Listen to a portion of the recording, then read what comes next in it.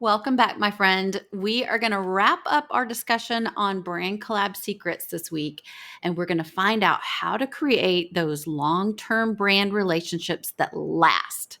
This is, it's one thing to land a brand deal, but to sustain a strong relationship can actually turn that one project into consistent monthly income for your business. So let's dive in to the strategies for making these brand collaborations last for you.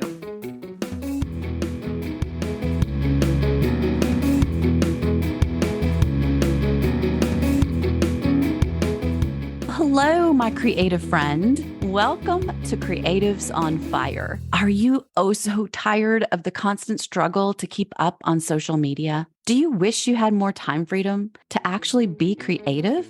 Well, listen, I'm Melanie Ferguson, a creative business coach and multi-six-figure online creative business owner who's made so many mistakes growing my blog and social media to hundreds of thousands of followers, only to look up and have very little to show for it. Once I put my head down and added a few key systems and strategies, everything changed for me. In this podcast, I'll be sharing my proven systems and shortcuts, turning those followers into paying customers. So if you're ready, let's take your online business to the next level and leave all the overwhelm behind.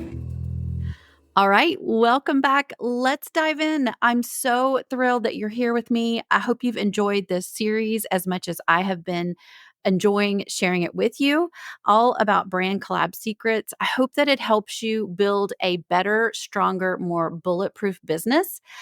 So let's dive into how do we create not just one brand deal, but long-term brand deals.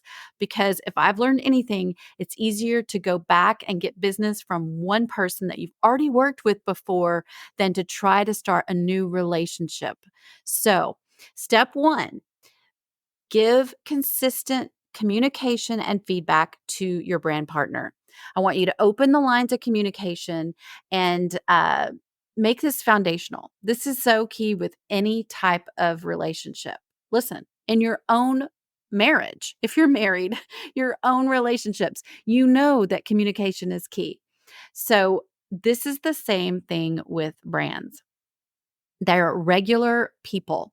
I want you to schedule in your content planner regular check-ins, whether you're going to decide whether you're going to check in by email, by messaging, how are you going to reach out? I want you to share regular progress updates on the project and just on your business in general, and we'll get to that. I want you to be receptive to any feedback they give you because it's all part of it. Over communicate is my motto. Trust me, the brand will appreciate you for it. It's the best way for you to help them look good, because if they don't look good, they're not going to be happy. But if you're providing them with regular updates that they can go to their higher ups and share, or just stats that they didn't even ask for, they can use that to look smart in their meetings, and you are going to shine, my friend. You will make yourself irreplaceable. I love it. All right. Step two is delivering beyond their expectations. Now, this one might sound completely common sense, but hear me out. To keep a brand coming back, I want you to aim to consistently deliver content that exceeds their expectations. And you can do this by purposely holding back tiny little things from a deal so that you can strategically add them into your project as unexpected value.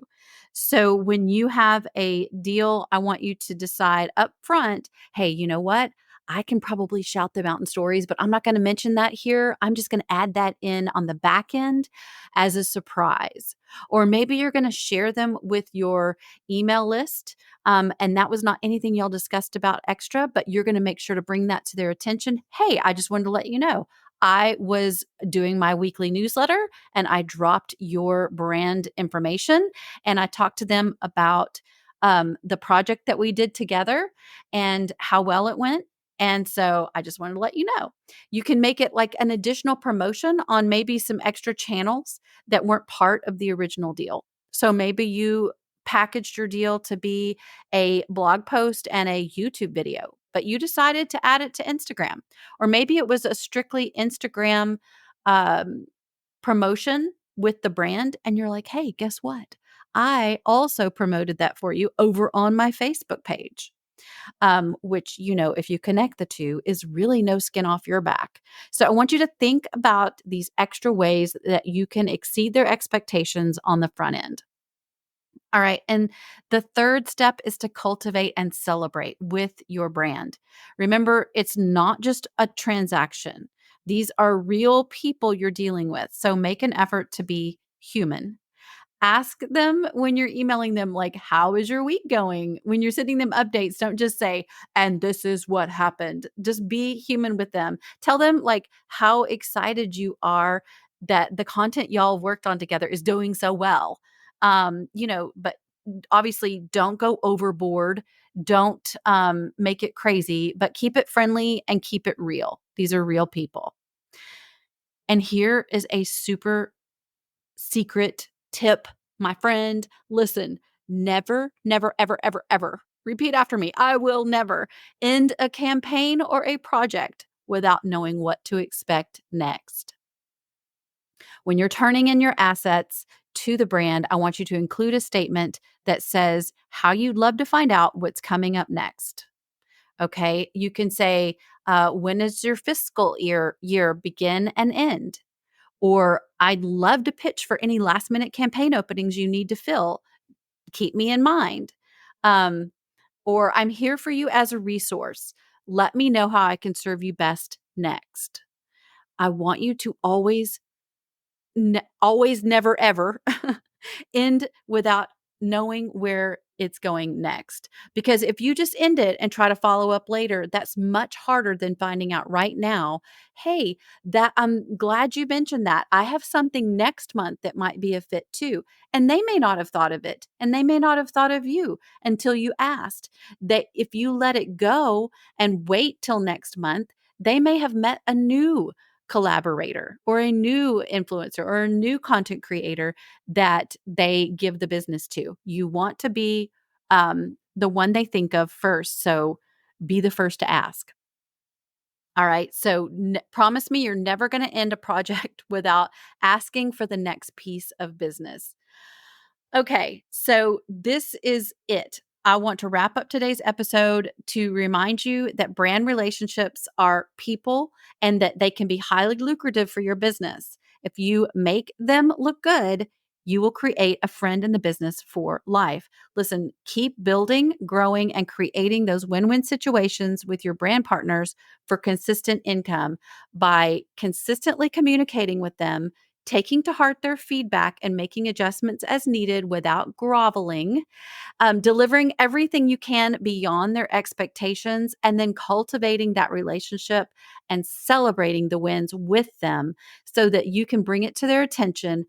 What a great job you've done for them. So, when it comes to staying in touch with the brands beyond the project that you were given, I want you to consider a quarterly newsletter. Now, this is something you will add every single brand you've ever worked with to, as well as every single brand you'd like to work with. And I personally add brands that reach out that I'm not sure if I want to work with them or not, but I haven't discounted them completely. I will add their emails to this newsletter as well. Once you have your newsletter, list of people ready, you're going to add to the newsletter an introduction that's just very light and friendly that talks about how, you have been super busy in your business. These are the things that are working for you. These are the brand collaborations you've most recently completed. And then I want you to create a paragraph that talks about any type of promotions that you're doing. Maybe you are speaking at a summit. Maybe you are participating in a collaboration with another content creator. Maybe you are holding your very own event. Maybe you have been on a podcast. So I want you to tout your recent things that you've done in a paragraph, and then I would like you to add to that opportunities that the brand can participate in. Hey, I didn't know if you knew this, but I have these updates coming next in my blog or in my content. These are holes that I think you might want to fill. And maybe it's an opportunity to collaborate with you on a specific blog post. Maybe it's an opportunity to collaborate with you on something where they can be a small part of a larger whole. Like if you're in an event and you said, hey, there's an opportunity for me to do this project for this event that's getting pushed out to many more people than just my audience. And I could utilize your brand as the star. So just think of creative ways that you can add them to the content you're already going to be creating as an opportunity. And then round it out with letting them know that these opportunities are going to fill up fast. You would love to include them on it if they're interested to get back with you as soon as possible.